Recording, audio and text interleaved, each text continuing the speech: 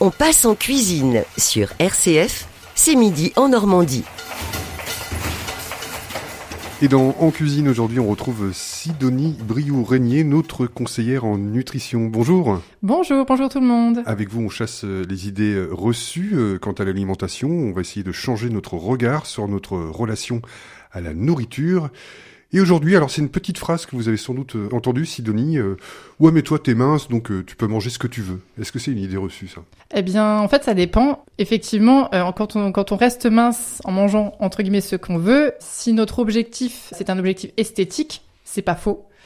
Mais ce n'est pas parce qu'on est mince qu'on se sent bien dans notre tête. Ce n'est pas parce qu'on est mince qu'on ne met pas sa santé en danger. Je vais même pousser le truc un peu. Quelqu'un qui va prendre du poids quand il commence à manger des choses qui sont pas forcément bonnes pour lui, c'est quelque part son corps qui lui donne un signal, une petite alerte pour lui dire attention, il y a quelque chose qui va pas, qui est lié à la nourriture très certainement, mais pas forcément que. Hein. D'ailleurs, ça peut aussi, c'est très souvent aussi lié à de l'émotionnel, mais en tout cas, c'est un signal d'alarme. Donc, c'est pas forcément facile à entendre toujours, mais ça peut être une chance aussi de se dire ok, mon corps il me parle, il faut que je l'écoute.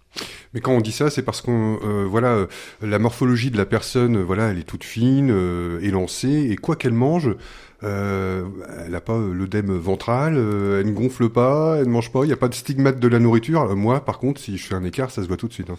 Eh ben c'est ça en fait, c'est qu'il y a des personnes qui peuvent effectivement manger n'importe quoi, qui resteront minces, mais c'est pas pour ça qu'ils vont entre guillemets vivre longtemps. C'est-à-dire qu'il y a des personnes qui vont par exemple avoir des artères qui se bouchent ou qui vont avoir des problèmes cardiaques, qui vont avoir des problèmes d'ordre, de dépression par exemple. Parce que le fait de manger sain, ça a un impact sur le corps physique, mais aussi sur le psychologique. C'est-à-dire que quelqu'un qui ne mange pas tout ce dont il a besoin, ça va avoir un impact sur le fait qu'il ait par exemple pas le moral.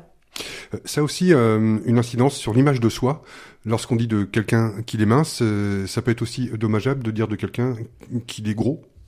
Alors c'est vrai que c'est marrant qu'on parle de ça. Mon fils, j'ai parlé de ça à mon fils il y a pas longtemps parce que j'ai un enfant qui a 6 ans.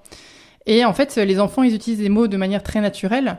Et ça m'a fait réfléchir parce que les mots mince et gros ne sont pas perçus de la même manière. C'est-à-dire que mince n'est pas vu comme une insulte, gros est vu comme une insulte, alors que quelque part, ce ne sont que des descriptions de corps. C'est les connotations et ce qui en découle derrière qui est difficile. C'est-à-dire que si on dit à quelqu'un qu'il est gros, il va mal le prendre. C'est parce que lui, il a des choses, il a des blessures en fait. Mmh. Donc je ne sais plus quelle était la question, mais c'est aussi, on va dire, traumatisant parfois de dire à quelqu'un de remarquer sa minceur, par exemple, vous citiez votre enfant, c'est vrai que dans la cour de récré, on n'est pas tendre entre nous, et on dit d'une personne, par exemple, qu'elle est grosse, et ça peut aussi cacher des souffrances aussi pour les personnes qui sont très minces. On peut aller jusqu'à l'anorexie. Complètement. Même sans aller déjà jusqu'à l'anorexie, quelqu'un qui est mince peut se prendre des réflexions parce qu'il y a beaucoup de jalousie en fait, parce que on est dans une société qui prône la minceur, voire la maigreur. Donc on peut se prendre des réflexions du style oui mais toi c'est parce que t'es anorexique justement, ou justement la phrase dont on parlait tout à l'heure, où de toute façon toi tu peux manger ce que tu veux, tu grossiras pas, enfin des choses qui ne sont pas dites forcément sur un ton très agréable.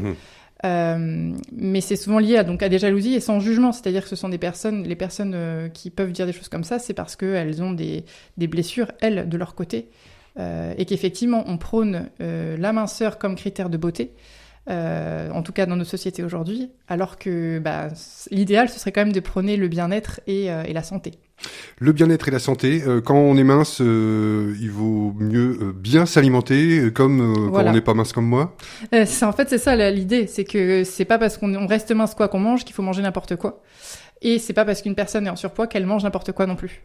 Effectivement, le fait de s'alimenter, on peut quand même rappeler peut-être la définition du manger sain et du manger tout court. C'est-à-dire que quand on mange, on met dans notre corps des choses qui servent à faire fonctionner le corps. C'est-à-dire que c'est comme une voiture, on lui mettrait de l'essence pour qu'elle fonctionne, un carburant de qualité pour qu'elle fonctionne de manière optimale. Là, c'est ça, c'est notre carburant. Et si on mange on va dire, imaginons qu'on tende vers l'idéal du manger sain, notre corps va bien fonctionner, mais quand je parle du corps, je parle de tout le corps, c'est-à-dire pas juste physiquement. C'est-à-dire que le cerveau va mieux fonctionner. Ce qui est lié à la nourriture, ce sont aussi, sur le long terme, beaucoup de maladies dites de civilisation. Il y a les maladies même neurodégénératives. Voilà, on a le moral qui peut être dans les chaussettes quand on mange mal. Enfin, il y a beaucoup de choses, des coups de fatigue, énormément de choses qui sont liées à la façon dont on mange. On le voit dans le film Super Size Me, d'une personne qui a fait l'expérience, alors qu'elle ne mangeait pas du tout je sais pas citer la marque, mais de hamburger. Un grand sportif. Voilà, s'est mis à manger de la junk food, des burgers.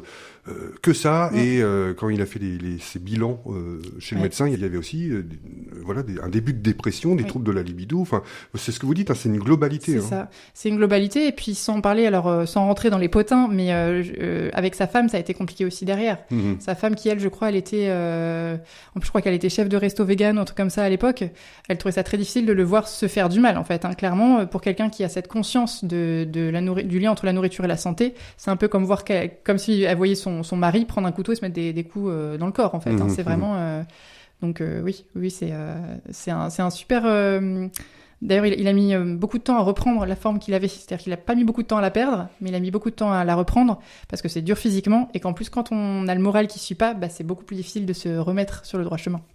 Eh bien, vous allez nous remettre sur le droit chemin dans vos chroniques. Merci, Sidonie Briou-Régnier. Vous êtes conseillère en nutrition. On se retrouve la semaine prochaine. Au revoir. Merci, à bientôt.